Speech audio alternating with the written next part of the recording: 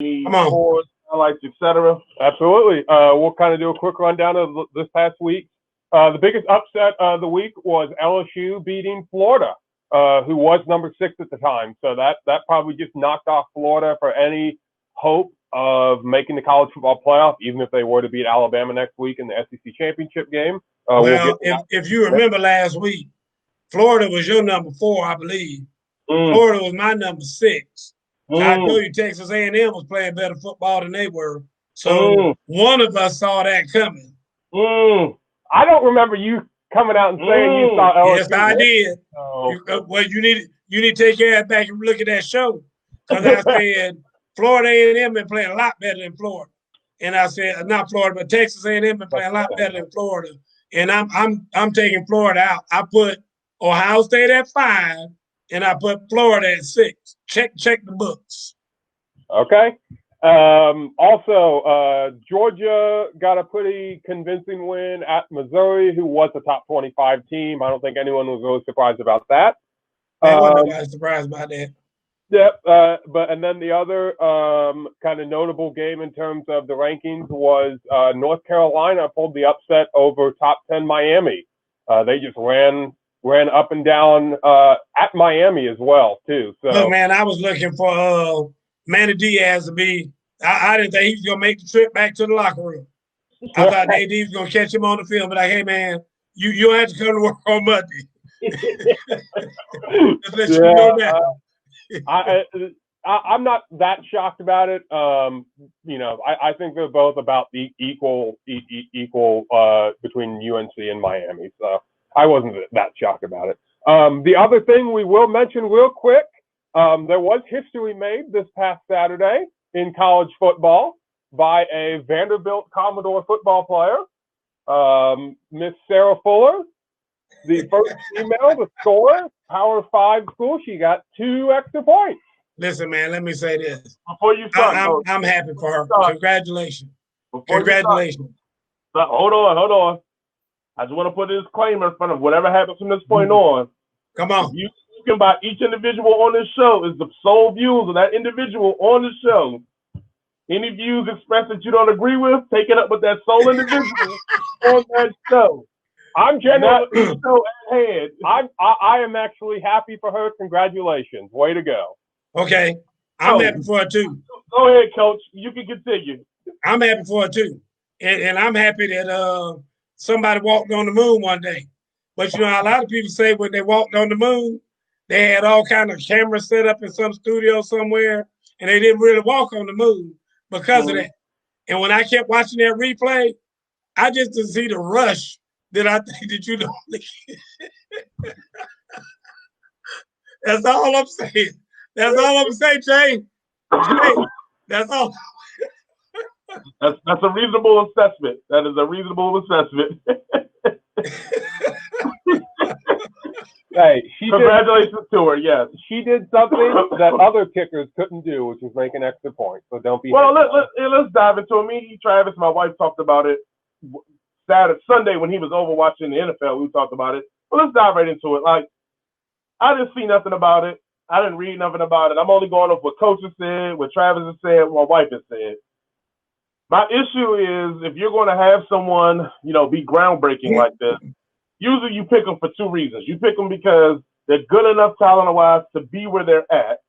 And the second reason you pick them is because whatever controversy that may come, you feel they're strong enough to take or handle that controversy.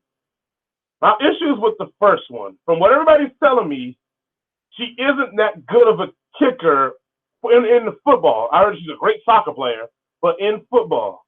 So at a visual point, you are opening her up to critics that are saying you're only doing this because you're trying to, quote unquote, force diversity or force this historic moment. You're not doing this because she beat out other kickers and she was the best option or choice for this. Was that now you're setting her up for scrutiny for people that will jump on that bandwagon and go, well, that was Vanderbilt just doing this to make headlines, or they just trying to do this to stay relevant, rather than they're doing this because she actually was the most qualified person to be the kicker for Vanderbilt. So I don't know what you feel about that, Coach, or what are your thoughts on that? And people in the comments, what are your thoughts about that? Yeah, we had this last week, and I felt now I'm my university, Vanderbilt, the first female in the history is that. I'm sure she'll have a bronze somewhere. Coach, I think we lost you, Coach. Till we get him back. Travis, what are your thoughts on that? All I can say is, hey, like, it's hard to criticize her when she went 2 for 2 on her extra point, right? Like, at the end of the day, she had one job to do. It was kick the extra point. It may not have been the best kick. It may not have been the most flashy kick, but it got the job done. It got the extra point, right? Mm-hmm. So it's just like any other position in football. You're asked to do something. You may not be the best at it. It may not look great, but the results show that it got done. So congratulations to her. She was put in a difficult situation. Let's not forget that she came in halfway through the season, and she used to be a soccer player. So, like, it's not like she's been training with the team. It's not like she's got all this time that she can spend with the snapper and the holder and get all the timing right that needs to happen for any type of kicker to make it look spectacular. Right. It happened. She made every kick they ever asked her to make, right? Like, okay. So, and Travis, just so you know, I'm not criticizing her. I'm not saying you are. I'm not saying you are. Okay, my whole thing is that I'm just looking at the whole situation, and I just think the whole situation is a little funky for me. Okay, Jerry said that he heard that she was the only option due to the team with, I guess, because of COVID. And he said she can still kick better than 95% of the fans say it's PR stunt. Which, Jerry, hey, look, I will tell you, I can't kick nothing. I just don't want anybody to have to go through a situation where people are making her historic moment invalid because they felt like it was kind of handed to her on a platter rather than her going out and being the best at the position. That was I agree. But again, Jerry, I'm with you. Sometimes if you can't do it, shut the hell up. And yep. I fall in that boat. I can't do it, so maybe I should shut the hell up. And I ain't even seen her kick, so I really should shut the hell up. This is why I don't talk about college football. All right. Okay. Well, this upcoming week is championship week, so I have 4 championship games. No, I did not include the Pac-12 for you guys, so we will skip the Pac-12. You're welcome. First up, I'll just start off number 1, SEC, Bama versus Florida. Any chance for Florida, Coach? Hell no. Not just no. Hell no. I agree. I think Bama wins by at least 17 points. I think they're going to be putting a statement out. If somebody gave you Bama versus the field, what are you guys taking right now? Bama. Yeah, I'm Bama. Okay. Yeah, Bama. I think they're clearly the number 1 team in the country. They are. Thread to texting with you guys. You guys will take Bama or the field right now. Next up, Big Ten, Northwestern and Ohio State. Ohio State's going to beat Northwestern. It probably won't be by that much, but Ohio State's going to win. Ohio State, I don't believe, is as good as people think they are. I don't think they're as good as they think they are for sure. I don't think they're as good as the Big Ten Conference. I know, they want them to represent them, and that's why they've cheated and changed the rules and gone back talked and backtracked and all this other stuff. I mean, backslid. Everything they can do to get Ohio State in there. They made a rule you couldn't play if you didn't have 6 games, and then calling the emergency meeting because they knew Michigan wasn't going to play them. They knew that Michigan had a chance to hurt them. They were going to take that chance, and they did. And they tried to get out of it, but at the end of the day, Ohio State's going to play. I don't think they can beat Alabama or Clemson. So I think if Ohio State has plays one of them, they're going to lose. And then they're going to probably have to play one of them, probably Alabama, out the rip, and it's going to be a mud stomping. Michael Kilbrew said he would take the field over Alabama. Okay. That's because his son going to Georgia, so he's an Alabama hater. That's all that is. You ought to be shaming yourself, Kilbrew. Shame yourself.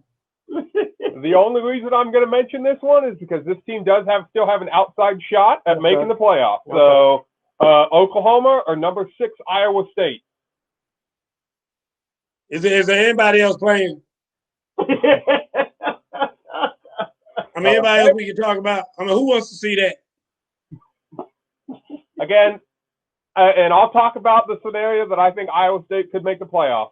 Somebody raise your hand on here if you want to see that game. It's just I just want to see if one person is interested, other than Travis, in seeing that game. You gotta be kidding me. What's the next one? Clemson Notre Dame ACC championship. Yeah, Clemson gonna beat the crap out of Notre Dame. And I hate it. Clark Lee is the new head coach at Vanderbilt. He's currently the defensive coordinator at Notre Dame. I'm a big fan of his. Very happy he's coming to Vanderbilt. But I just don't think that Notre Dame. I think Notre Dame got a lot of hype because they beat Clemson.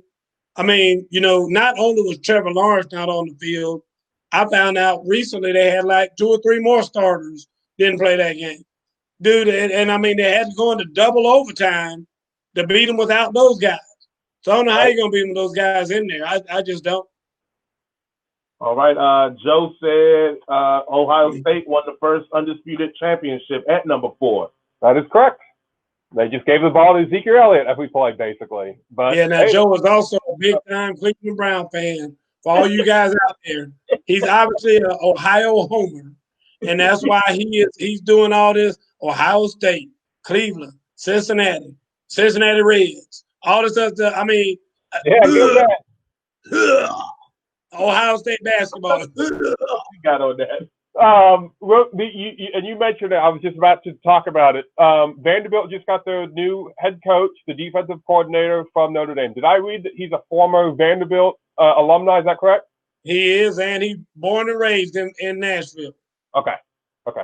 You excited about that hire? Do you know him? Very excited. I went on Facebook and we have all kind of alumni sites, and I was putting out there on every site. Y'all need to get Clark Lee. So they were talking about all these other clowns out there from all over the country and Coastal Carolina's coach and all these little small time division coach. I said, man, no, get Clark Lee. That's what we need to do. We need to, if he says no, then we move on to the next one. But do everything you can to get him. And I've been having people call me from all over saying, well, you got your wish. And I did, and I'm very happy. Okay. Joe said no Reds. Only the Cleveland Indians. That really tells you he's the homer. I'm a Reds fan, so. Well, give me a list of your 3 favorites for Heisman. Write that down. Okay, let's go into the top 5 college football rankings, which will probably be the last top 5 unless something crazy happens in the bowl games. Coach, let's start off with you this time. What is your top 5 for the college football rankings? Just what I said last week. It hadn't changed. Alabama's number 1. Clemson's number 2. I'm gonna leave Notre Dame at 3 right now. Put Texas A&M at 4, and then I'm gonna go ahead and give Ohio State 5 because Florida's just not playing well right now.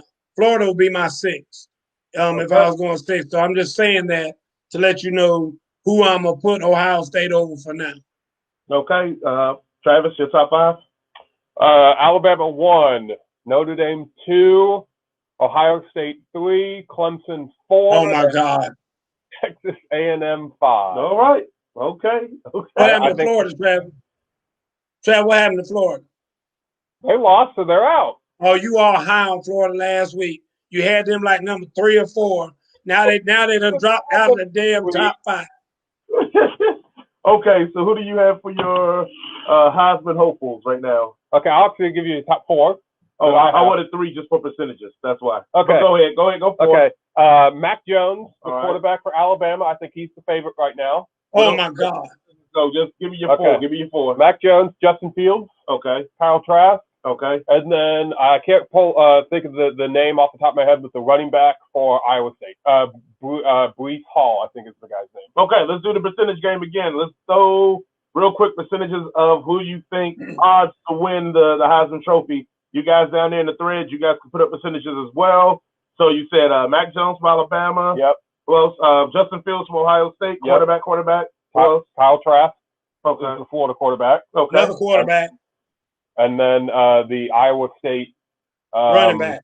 Okay. What are your odds right now for who will win? You're at the Stag Room right now. Stag Room. My leader right now would be Mac Jones. How much percentage do you think you'll win it? Right now, I would put him the favorite at like 40%. Okay, go ahead. I would then put Justin Fields would be 2. He is probably I'd put him at 30%. Okay, so 70% total. All right. Yep. Kyle Trask at 25%. Okay. And then the running back 5%. Okay. There's your 100. Give or take. All right, Coach. Well, it would help if he had the right 4 in there to begin with. That's number one. Who I you in? I know he's taking up the running back. Let me ask you this, Travis. Who are they saying is going to be the first player picked overall? That doesn't mean he's going to win the Heisman, but your answer would be Trevor Lawrence. That Okay. doesn't mean he's going to win the Heisman. Well, it should say he needs to be winning the Heisman, especially when you got other people in his position in front of him. You didn't even mention him. How the hell can he be the first overall draft pick and your ass didn't even mention him? I mean, didn't even bring him up. Didn't even say, well, I would put Trevor in there, but he had to sit out a game for COVID. So therefore, I mean, you didn't even mention him. So. And everybody knows he is overwhelmingly, hands above everybody, gonna be the first pick overall. And you didn't even put him in the damn conversation. How is that, Travis? Ask anybody on this show right now watching, ask any sportscaster in America, who the number 1 overall. They keep on saying everybody tanking for Trevor. They got a hashtag for it. Tanking for Trevor. You ain't even mentioned the man. How is that? Again, you don't have to win the Heisman to be the number 1 overall pick. He ain't even in the discussion, though. Okay, I can't wait to see what Mac Jones, your favorite to win the Heisman, his ass might not even get drafted. Trevor Lawrence is number 1. It's going to be between Trevor Lawrence will be 1, Justin Fields will be 2. Okay. And it might be Trask down there in Florida be 3. And after that, it doesn't even matter. I wouldn't go no more than 3, Jason. So my answer is going to be, I'm going to give Trevor the nod at 45 and let them other 2 split it for the rest of them because it don't even matter. Okay. 28 and 27, whatever. All right, that works from there. Anyone left on college football? Real quick, I know we just talked about this upcoming games, the college conference championship games. By the time we get to next week, the top 4 playoff teams will be announced. So who do you think will be the top 4, Coach?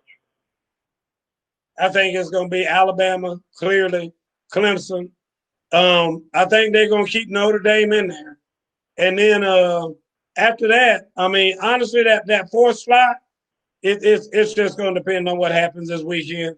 I mean, if Ohio State doesn't convincingly beat Northwestern, let them have to go to overtime or let them beat them by a field goal or something like that. Dude, everybody's going to be screaming for them not to be in there. I can tell you that right now. So, like I said, I know for sure those other 3. I feel like for sure those other 3 will be in there, and then we'll go from there. All right. Well, we're going to take, before we jump off college, we want to give a shout out to friend of the show, pretty much family of the show, Tyler Goodson up in Iowa, just doing his thing, balling out. Coach, just talk real quickly about your time coaching Tyler and how have you transitioned so well into college football? And I'm gonna tell you why I like this young man. He is as good, if not better, kid off the field than he is on the field. And as you can see, he's something very special on the field. And another thing that makes Tyler Goodson just a phenomenal kid and a phenomenal player is if you look at all he's had to overcome, having the parents that he has, I mean, I knew that was coming. I mean, everybody on this show should know that he has had to overcome a lot. I mean, it's kind of like, Mowgli or whatever his name was on the Jungle Book, being raised by Mowgli. No, Mowgli. Whatever his name is. Yeah. Well, you being raised like that. I mean, just by savages. So, I mean. We don't need no more show. So, so with that being said, I mean, for him to be picked, first team All Big Ten. I'm being serious now. First team All Big Ten, dude. You're a Power 5 guy being on the first team, and I mean he's only a sophomore. I mean that speaks very, very highly of him. Now when he comes home, yeah, I get him. He'll get in there in the gym with me for a few days, and I put it on him and all that. But at the end of the day, he's an extremely hard worker, and the boy's heart, like Derek Thomas once said to me one time. He said, "Boo, the thing that makes me different from everybody else." He said, "If you cut me open right now, my heart would fill up this room." I'll never forget that when Derek Thomas told me that. And when I think about Tyler, I think that's the kind of kid he is. He's got the biggest heart, and he loves the game like he does, and so he puts in the work and whatnot. And that's why he's an exceptional athlete and exceptional person. Absolutely. And when you said he was first team All Big Ten? First team All Big Ten running back. Yep. And that's by the coaches and the media. Yep. Folks, we got to get out of here. I have seen so many names on here. It's crazy. Want to thank the Goodsons for being on here. Tom, I'll be back to see you soon. I'm coming in there to see a movie probably this weekend. Annette Hood, hey Miss Hood, I know you love you some Julio, and I hope one day you and Julio get it together before they fire him from Atlanta. But anyway, I don't know if Mr. Butler is Mr. Butler on here tonight. I didn't see Mr. Butler. Yeah, he on there. Yeah. Okay, so Mr. Butler was on here, but folks, we appreciate all y'all for being here. We're gonna get on off this thing now. We hope y'all will be here next week. We will definitely be here. We'll see y'all then. Good night, Miss Francis. Right from the hip. Thank you guys for watching.